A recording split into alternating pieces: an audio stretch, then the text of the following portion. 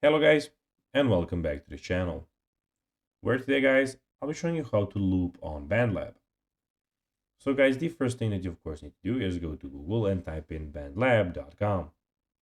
After that, you just need to go and log into your profile or register to BandLab if you haven't already done that of course. But now guys, let's see what we actually have in front of us here. So as you can see in the left side of the screen, we have the trending, following, the music and video. We have the liked posts, albums, and playlists. And in the search bar, we have the feed, discover, services library, and of course, as I told you, the search bar. But now guys, let's see how you can actually go and loop on BandLab. So looping in BandLab is a great way to create repetitive patterns and enhance your music.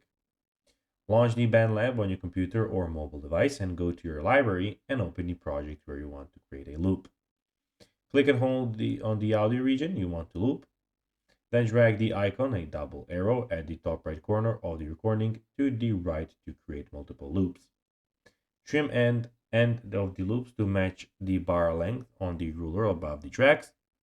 Slice and delete any excess part of the recording that are not in sync with the downbeat. Click on double loop arrow button to set the loop, hit the play button, and your music will loop continuously.